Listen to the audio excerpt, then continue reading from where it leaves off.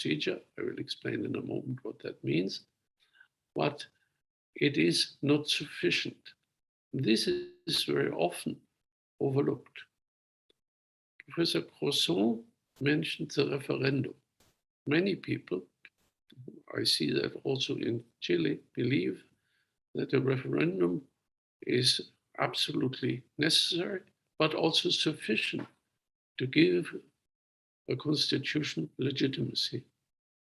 It is necessary, you may argue, although the German constitution has had no referendum, but this is not sufficient for the reason that only experts do understand the complexity of a constitution.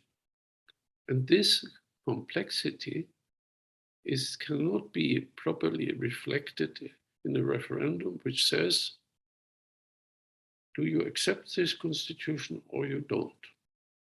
You have only black or white. Every constitution is a compromise. Therefore, there are some issues you may like in a constitution. There are issues which you tolerate, and there are issues you dislike. And at the end of the day, you must decide whether the glass is full or nearly full or empty or nearly empty. And this is, you cannot reflect in a referendum. Apart from that, a referendum can only be answered by people who have had some information. Shifting back to Sudan, when the 2005 constitution was drafted, those in charge of politics argued that the basic ideas of a future constitution should be brought to the attention of the population. Now, Chile is a very developed country and with a good educational system, excellent universities, but Sudan is not. Although Sudan has a good educational system, by the way, not a system which you may believe is discriminatory of women. I've been teaching in the University of Khartoum School of Law, a group of PhD students. 70% of these students were females. And I've been also teaching, it's a so-called female university. For in Khartoum, females have the choice whether they go to the classical university, open to everybody, or to a university only for females. When I was teaching there in the females university, the dean of the law school was a man, and the dean of the law school of the state university in Khartoum was a female. I found that a little bit bizarre, but it doesn't matter much. Be it as it may, nevertheless, people are not as educated as they are in Chile. And the teaching I did was on the countryside. And there you see the fantastic discrepancies. You have this kind of situation also in Latin America. The level of education, for example, I have a certain experience in that, between Lima and Cusco is quite significant. Back to what I wanted to say is that the level of education is relevant for the understanding of the constitution. Where I was teaching, most of the people could neither read or write. And this is already a handicap. And I was teaching in a hut made out of straw. And since it was very hot, and they asked me whether it was possible that I accepted the goats and the chicken to participate in this exercise. for they were then being sheltered from the heavy sun. It was roughly 50 degrees. That is not very good for goats or chicken.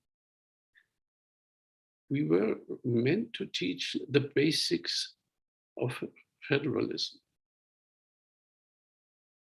To teach federalism is particularly complicated, and I mostly had to concentrate on the difference between confederation, federalism, and decentralization. Therefore, later, the referendum was accepting the constitution. It was issued by over 90%, but I'm sure most of the people didn't know what that meant back. Still, the procedure, including the referendum, is under today's mechanisms necessary. In that respect, I not very much disagree with Professor Croissant. But there is a further element which I indicated by giving this example. The constitution must follow certain standards.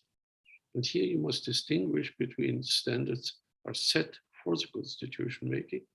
In Chile, the standards have been very clearly established. Chile has to remain a republic. Chile has to be democratic, and Chile has, and the international agreements ratified by Chile remain untouched. This is, so to speak, the limitation you find in the mandate of the Constitutional Assembly, to the covenant, as you call that. But there are certain other elements.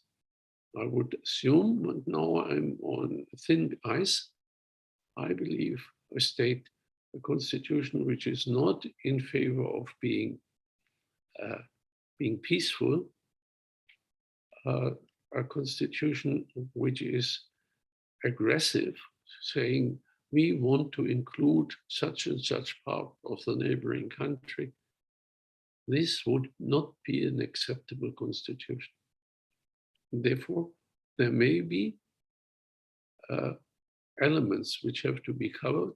They may be, so to speak, issued as part of the mandate, or they may be derived from public international law. We have a discussion at the moment in Europe about this. We consider it's not only about constitution making, but it's a general issue on the discrimination of certain gender-oriented or groups. How should I put that? Oman is an example where we have a problem. And here we have, as constitution makers, a problem that these moral standards are not set in stone. They are developing and occasionally quite rapidly. When I started law school, the discrimination of females was quite normal. The discrimination of homosexuality was very clear, for homosexuality constituted a crime, and so on. Abortion, no. Still, some people believe that abortion should be no, but in the moment, Article 218 of the German Criminal Code opens the possibility of abortion. I won't go into that. This is not your business in the moment. I just wanted to indicate to you that we have a significant development as far as ethical or moral standards are concerned. Same-sex partnerships, which are more or less normal now, that 20 years ago were absolutely unthinkable. If you have a constitution excluding this development, this does not render the constitution illegitimate, but it will soon fall behind the general development of society. given society and become by that fact obsolete. This is for me a very important element. One has to, and you will see it later, will need it. Finally, constitutions have to be endorsed. Others say lived, but I would say, would put it stronger, endorsed permanently. Look at the American Constitution. It's quite old and has not been changed that often due to the fact that the changing of the United States Constitution is extremely complicated.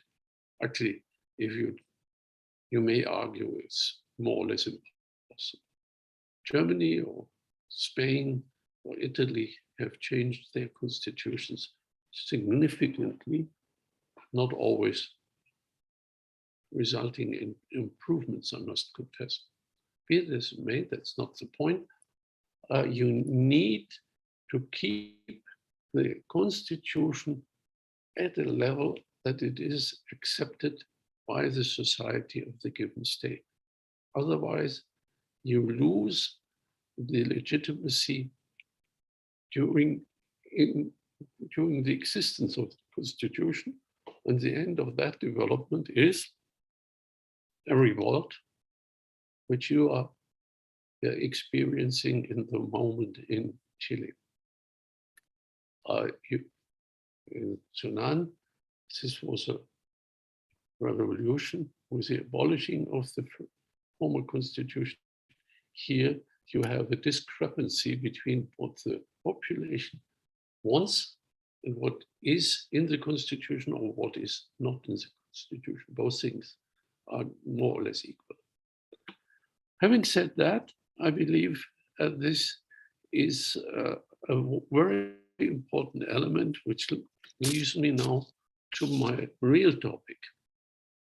I will touch upon precautionary means, which is always something which is procedural. I will touch upon standards, and I will speak about mechanisms. First of all, what are the precautionary means which render the constitution, so to speak, up to date, accepted? And what are the limits for the protection of the constitution? Let's have a look at the freedom of opinion. We all agree, at least I hope, that the freedom of opinion is one of, if not the most important pillar for a democratic society, which also includes the freedom of the press and the freedom of mass media. If somebody disagrees with me, should raise his hand, but I don't think this is being the case. However, does that mean that one can openly formulate a propaganda against the constitution or the organs of the state? You see where I'm driving at. I'm driving at some of the protests we have had and experienced during the pandemic in Germany and in other countries.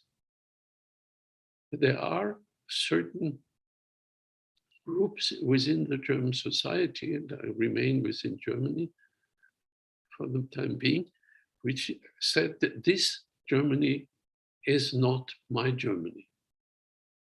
The Republikaner, translated the Republicans, say, this is not Germany. We represent Germany. And they speak about Germany in the borders of 1936, the Reichsbürger, and don't accept Germany as a state and the enforcement organs of the police and courts, etc. They don't accept the legitimacies of these organizations. Are they still protected by the constitution, although they say we don't accept the constitution? It's a very interesting question, and you have to balance. You have to, on the one side, to argue that there is freedom of opinion. And this is a pillar of democracy. But we must also accept that democracy may defend itself. If you look closely into Article 5, then you see that Article 5 has its limits. The freedom of opinion can be limited by an act of parliament. Oops, what was that? Therefore, this act of parliament, you must see as the balance. If the parliament in which all groups are represented, they can decide how to limit the freedom of opinion and expression. But is this limitation unlimited?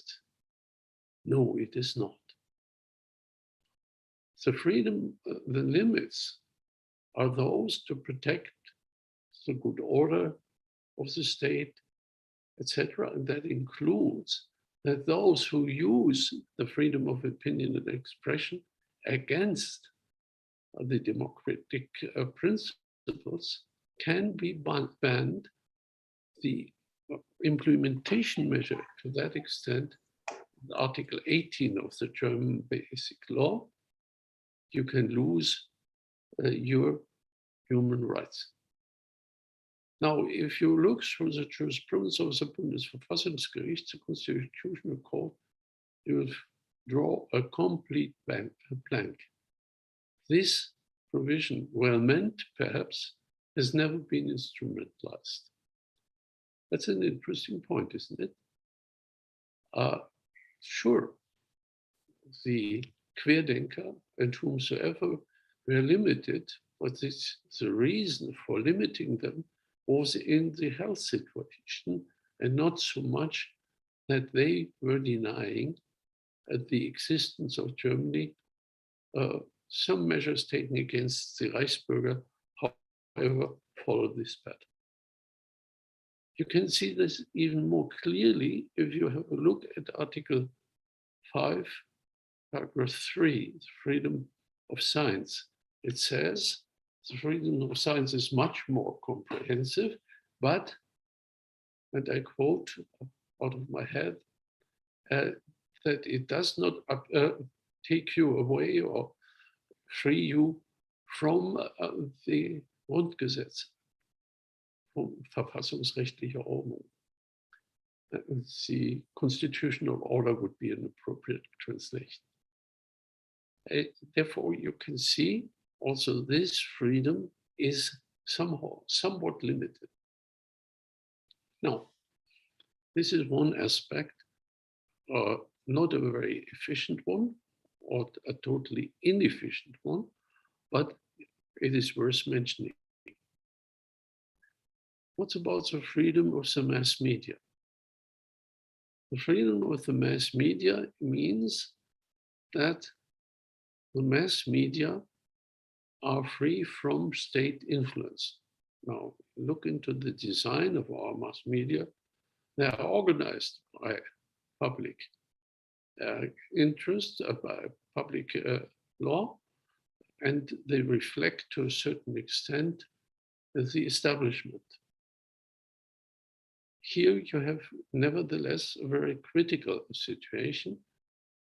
Everybody has to provide money for these mass media, and nevertheless the mass media are free.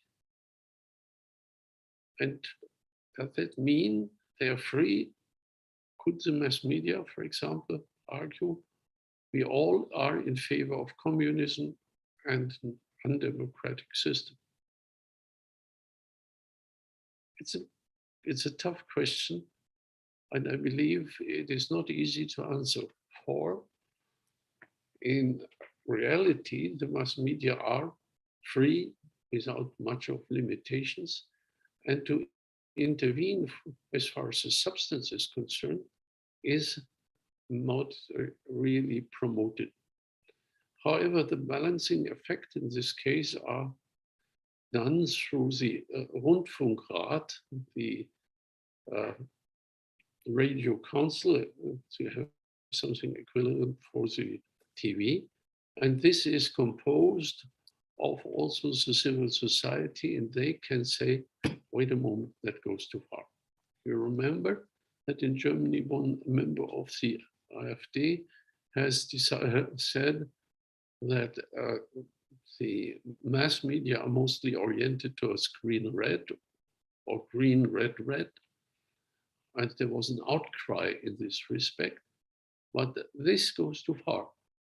Whether the remark was right or wrong, a criticism is always possible. That's not yet a limitation which has to be justified. That's perhaps not the very important point. The mass media have also a responsibility. I don't look much TV, therefore I will not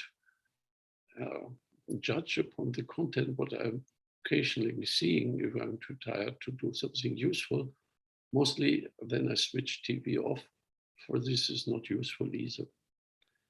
Be it as it may, but now come to a further standard, namely the freedom of political parties.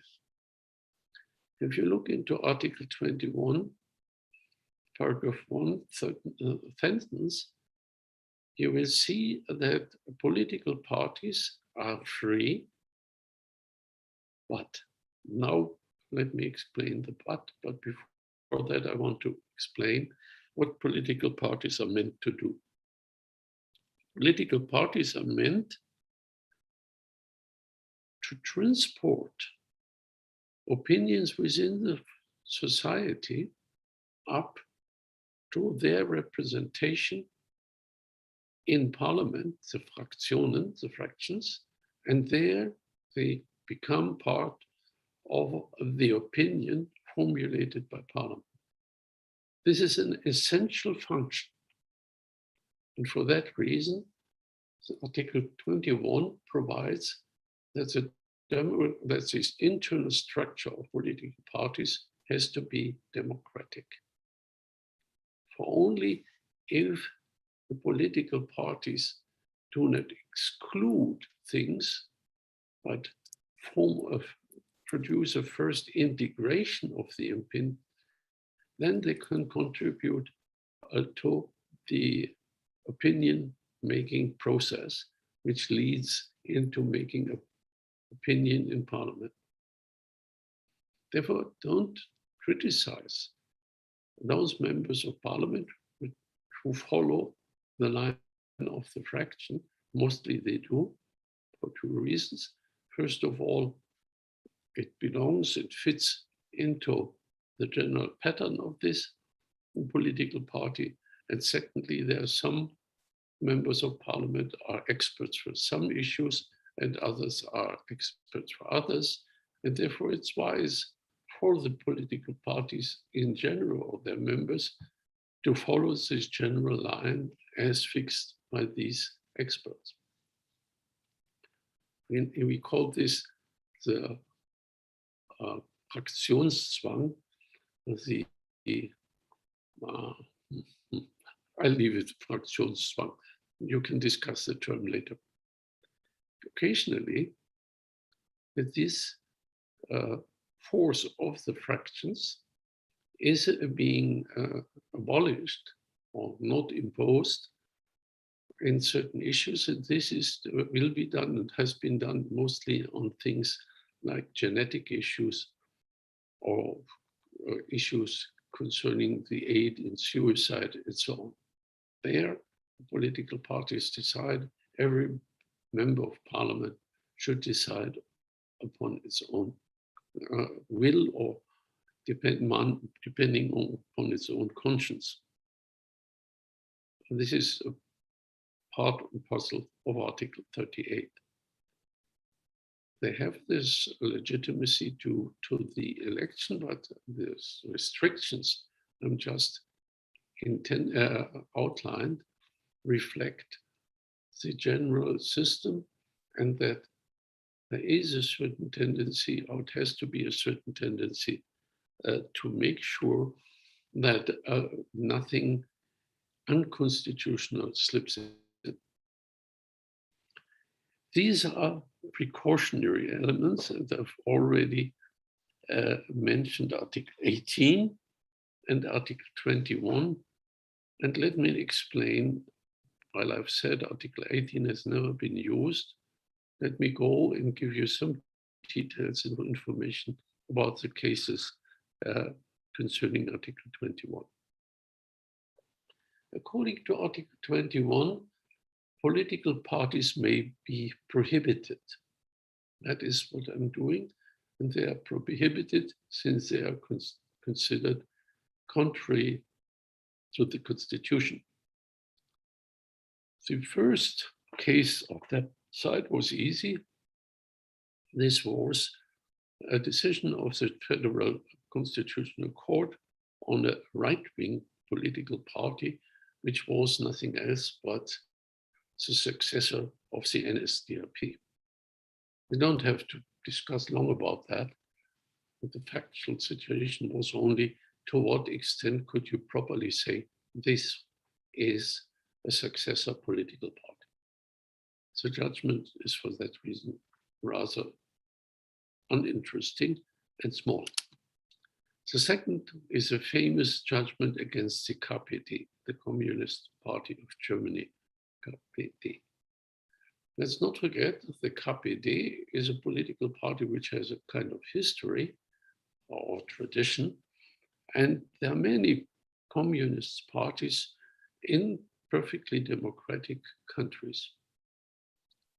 The communist parties in France for many, many years played a significant role, and we have the communists also in the German system. Nevertheless, the KPD, the original KPD, was abolished. It was argued, and this is the point I wanted to make, that it is directed against the principles of the German democratic system.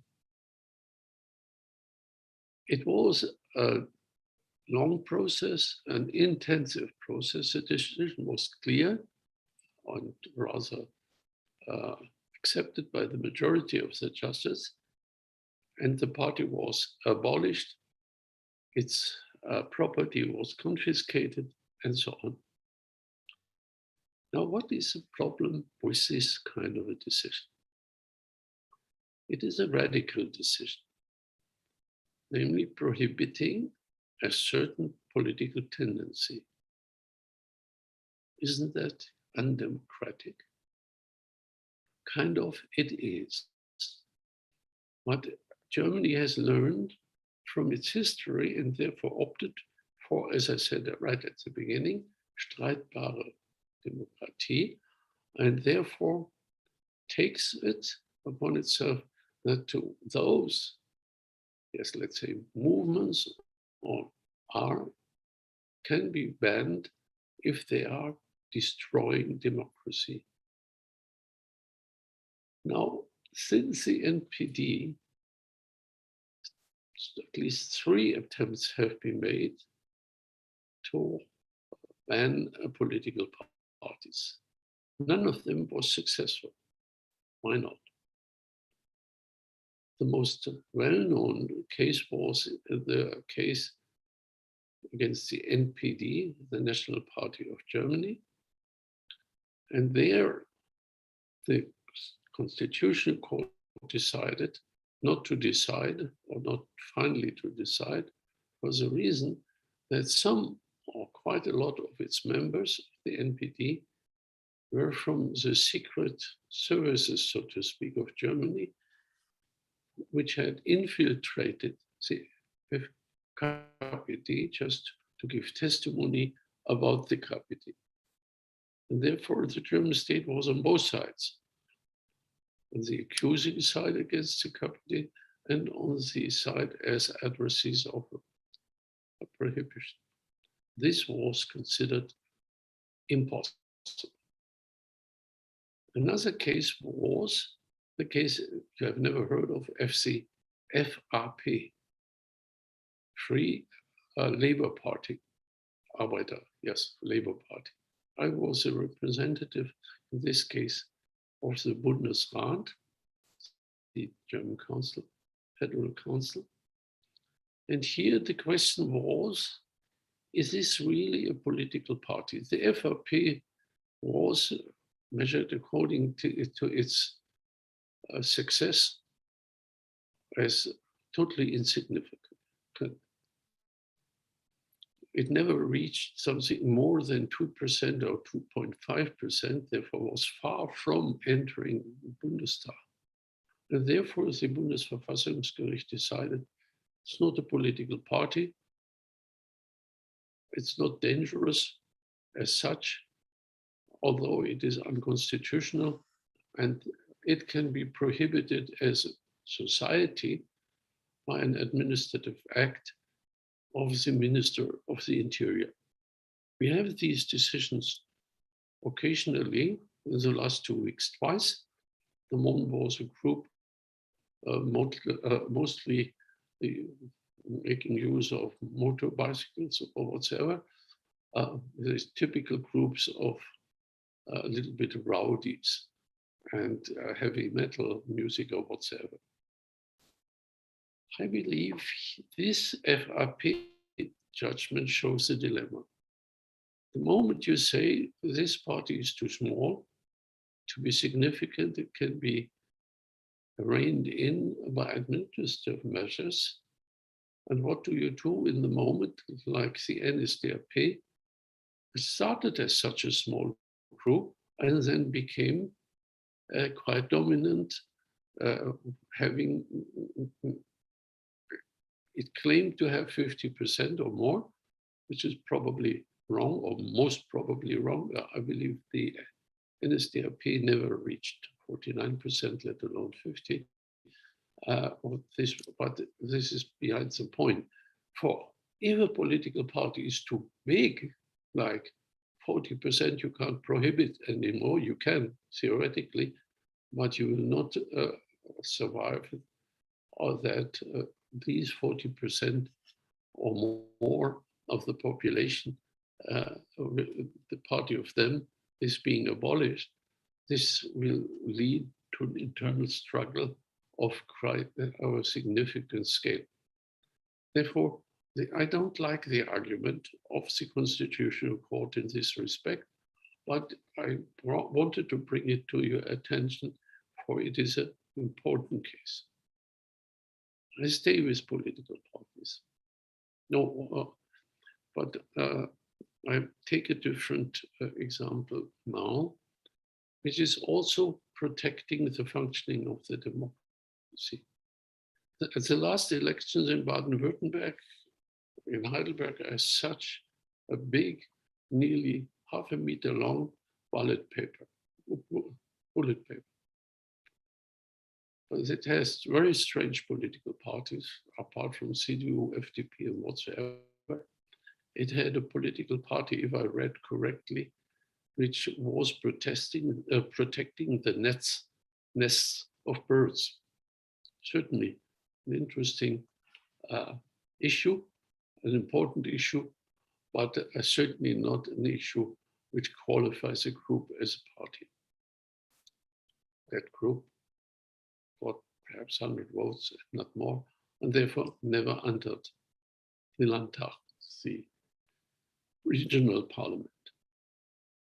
This 5% clause, which I'm addressing, is also a mechanism to protect democracy. If you have a parliament which cannot form a government, then democracy will not function. This leads to frustration, and this again leads to those people who are not democratic to take over. And therefore, we have this possibility of 5% to be excluded. There are other mechanisms which achieve the same result more drastically. The 5% hurdle is, however, a well-known word. Others, particularly in the Italian electoral system, the winning political party gets extra seats for having won. Therefore, they get, so to speak, bonus. And this, again, is a means to provide for the possibility to find a governing majority. Again, this is something to protect or to foster the, how should I say it, the working of the government. Next point, also in Germany, and this is, I was learning from Weimar. In Weimar, you easily found a majority to kick out the prime minister, the chancellor. The communists and the Greens, the communists and the NSDAP joined. They had nothing to do with each other, but they joined in declaring this government to be not being acceptable. And then there were new elections, etc., etc. This has been changed in Germany, and this is rather unique, by the so-called constructive vote of mistrust. You can only get out, avoid a chancellor or make him bringing out of office by voting for a new one, to exclude that negative majorities exist where positive majorities are needed. Also a mechanism to protect the governing system. Having all these mechanisms indicated, you better look into which standards are provided for under the European law, respectively international law. I will do it easily on the international law. There's nothing. International law requests that there are elections, periodical elections. They should be free, equal, general, and secret. That's it. The argument of international law in this respect is, going back to my introduction, totally procedural, nothing more. As I've indicated, I consider that as not being sufficient, but be it as it may. In Europe, we have other standards. There we have also standards which endorse what I've just said, that political parties fighting against the existing government can be abolished, and we have had cases in Spain, and they have been accepted by the European Human Rights Court. Let me come to something else which we may argue is only marginally connected to my topic. Under the German system, political parties are being financed to a certain extent, and the finances have to be laid open. Is that also a precautionary principle for protecting the procedure and the democracy? Yes, very much so.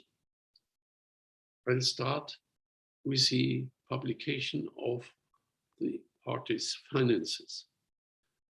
This form of openness, or let me put it this way, the financing system has two elements. First, political parties may receive donations from private people. However, they have to be declared and publicized. Why is that so important? It is so important for the only reason that not an outside group, an outside state, or whatsoever mafia society gets control over political parties and wire the political party into the legislative process. That's one point. The other part of this financing system is as follows. Political parties are financed by the state, so to make them less dependent of dubious money received from others. You have seen the scandal about the AfD having been financed by institutions from outside Germany.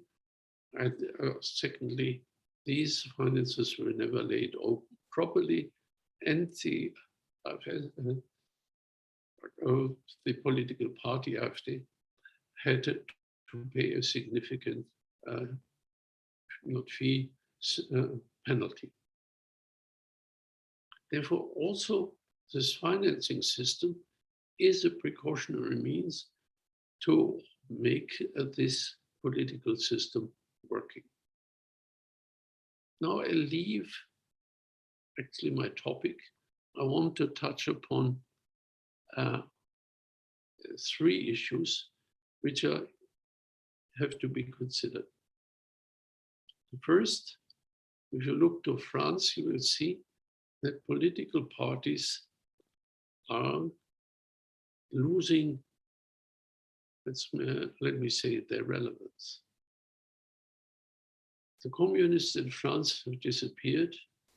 The Social Democrats are very weak.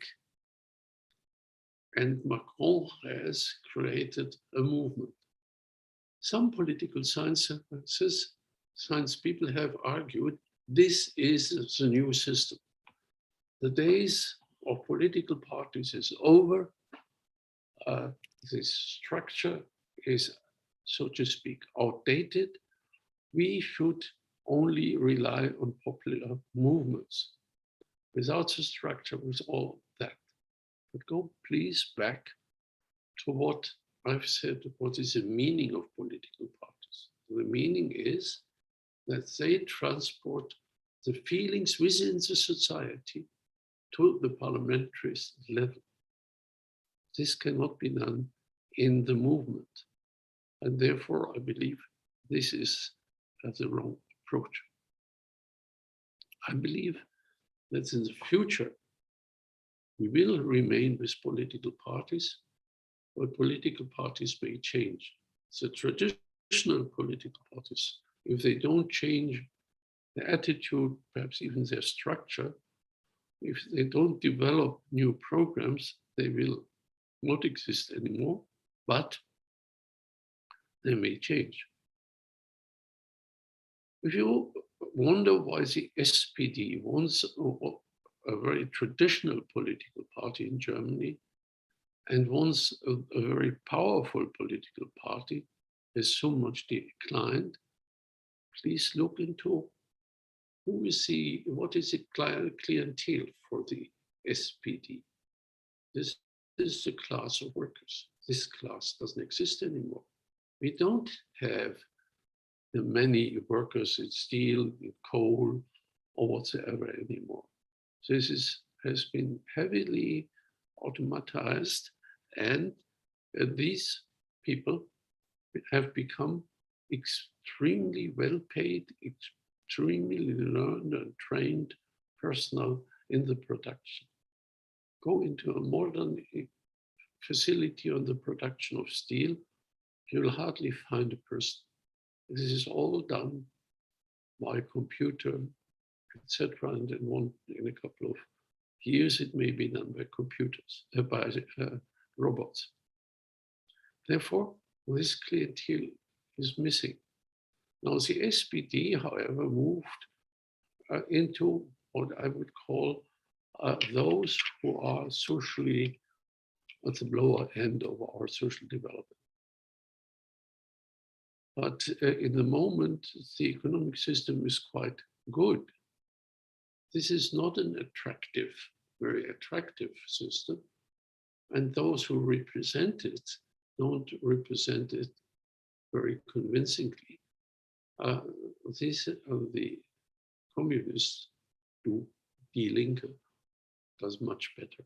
And so Linke may not even make it for parliament for that reason. Be it as it may, political parties have changed. When I spoke to my colleagues here, And they asked, why do you have a Christian Democratic Party? What does this word Christian mean? I'm in a Muslim country. I said, yes, that's a tradition that you are astonished. I see it properly. We discussed that for years, a movement to declare the Sudan laïcistic. But I have to say, look into the realities. There are members of the CDU which are Muslims. There are even CDU ministers on the state level who are Muslims. I said, yes, cannot be. I said, look, this is an old title and they haven't changed the name. They don't feel the need to change the name. And this is quite evident that the membership of the CDU has changed. And so has the program. And therefore, the CDU is a little bit better than the SPD. I could continue, but I'm not going to discuss the programs of the political parties.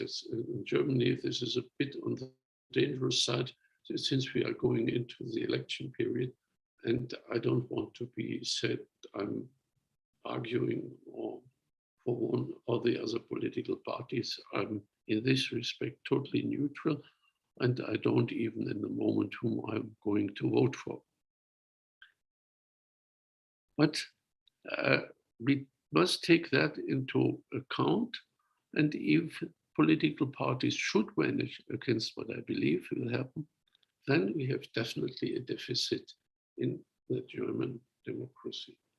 But having said that, I hasten to add that not political parties in other parts of this world are different. The Democrats and the Republicans in the United States are not to be compared with the political parties in Germany or France. They are more oriented towards establishing a voter's potential for a president. This is a totally different approach and shows that the politics in the United States are much more dominated from the executive than this is the case in Germany. Now, what can we do to improve the situation for democracy and the rule of law? I believe, or we should start earlier in schools, bringing to the attention of the pupils what are the elements of democracy, what do they mean, how you can improve, promote them. And this is a matter which belongs to the curricula of schools, primary schools, high schools, and sure, this should also be done for natural scientists. It is astonishing how little some parts of our intellectuals know what are the inherent dangers of democracy and how little they are, so to speak, prepared to fight for the democratic system, which is also the foundation for them. Here, something could and should be done. Let me finish. The next 15 minutes, I would rather answer questions by saying democracy must be lived. And the constitution must be lived. It is a very bad sign when the participation in elections declines. When I was at your age, the participation in election was running between 75 and 85%. This is yesterday. Today, the participation is more limited. You know how many, apart from the last elections, normally participate in the elections of the United States? Not even 20%. This is an indication that something is wrong, or to use a classical response, something is wrong in the state of Denmark. Hamlet. This is therefore the promotion of elections is a very important factor. One should better look upon elections as a vote of confidence in the constitution and the organization, state organization based thereupon. And therefore, since you are young, I applaud and appeal to you that you should participate in the next elections to come. Thank you very much. I'm open for questions, but I would have apologized to leave for another appointment in 12 minutes, but after 12 minutes. Therefore, your question should to me brief so that I can accommodate as many as possible.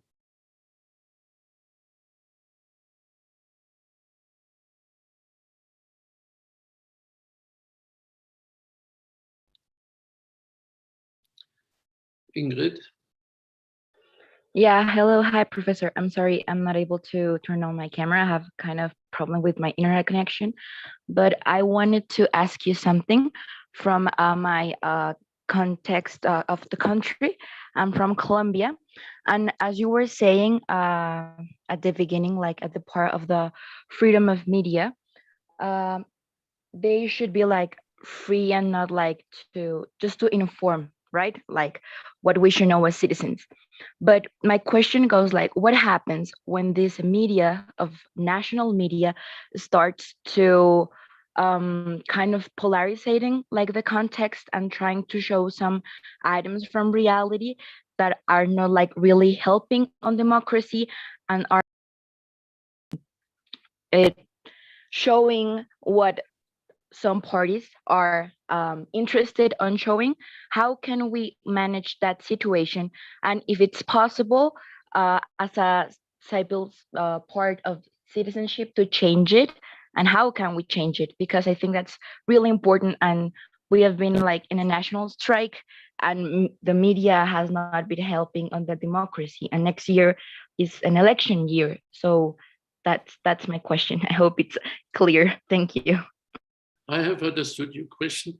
Unfortunately, the situation is different from country to country. Your Colombian mass media are state-financed, probably, or whatever. And the Colombian system, I'm not well enough briefed on it as far as the mass media are concerned. But we in Germany have this Rundfunk- und Fernsehrat, Council for TV, and this is composed of, has a supervising function and is composed of members of the civil society, and they should intervene to the extent that the Colombian TV would receive state money. Probably that would not be much helpful, but in Germany, if then the Rundfunk- und Fernsehrat says this is one-sided, it would reduce the fees, the budget of the state mass media. The other alternative is, or not the alternative, the other option is to create private mass media which compete with the other one, which are out of, so to speak, have deviated from the democratic path of the government. But this is depends very much whether these tools are available in the Colombian system, which I can't tell. Okay, thank you so much.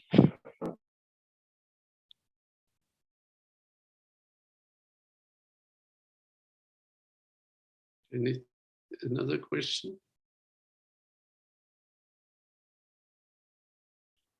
Lisandra? Yes? Just go ahead. Yes, thank you, Professor, for your lecture. I just wanted to know your opinion about this, because it's not maybe a contradiction that the people is enough to choose a party or choose a representative member and not prepare enough for make a decision in a referendum. It's not at least a contradiction. It's not the popular participation at the end, the beginning of the representative democracy. Most democratic countries rely on the principle of representative democracy. This is a filtered system. I agree if that is your criticism. That very few countries, and the dominant one in this respect is Switzerland, include also plebiscitarian elements. But I don't know the system in the country you come from. In Germany, we have had very little positive experience with referenda.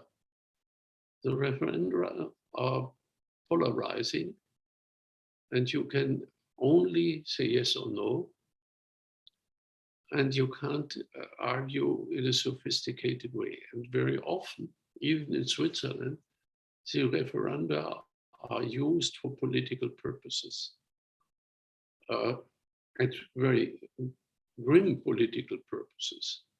Believe me, of the votes, the referendum against the tower of a mosque which went through was a dubious referendum, although there is no such mosque in Switzerland. It was sent a signal which was disturbing. To exclude minarets is, let us face it, a racist or at least an intolerant measure. But having said that, I must confess that the Swiss are remarkably responsible in respect of a referendum. The referendum in favor of cutting down on the salary of managers was refused. If you would do that in Germany, it would definitely be accepted. And I believe in Chile equally so. There were other referenda in Switzerland which would have been decided differently in the surrounding countries. But Switzerland has a very interesting and very well-established system of plebiscitarian democracy, and therefore it works there. Apart from that, I believe referenda cannot solve the problem, but we have enough possibilities to have hearings, etc., to have a participation. What you should not look for is that certain groups, like the yellow vests, dictate what is going to be decided. These are small groups. They don't represent the society. They are only that part of the society which is outspoken, or let's be a little bit nasty, engaging in unnecessary force and destruction. Thank you.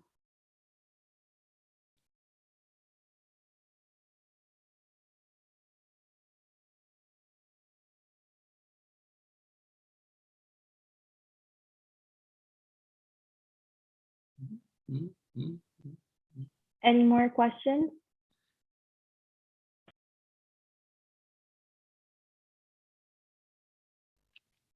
If not, blame it on me that I ended it somewhat earlier, but I hope I was able to supplement to the presentations of Professor Croissant.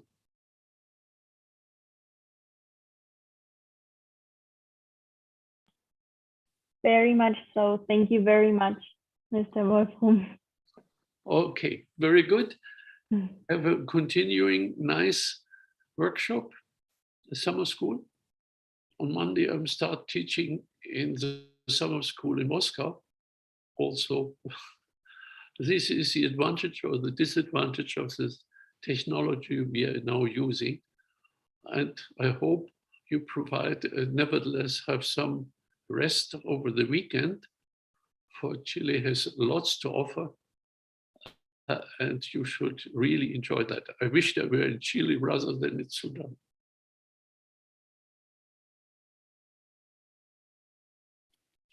Thank you, Professor Wolfrum. Thank you very much for your conference, for your participation here. This was the last workshop, the last session we have with Professor Wolfrum. So thank you very much. Good luck for all your meetings and your work in Sudan. And it was really an honor having you with us here. Well, good luck and thank you from everybody. Thank you very much.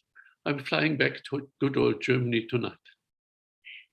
So good, have a good and safe flight back home. Thank you. Thank you. All the best to you. Safe travels. Thank you. Thank you very much. Thank you.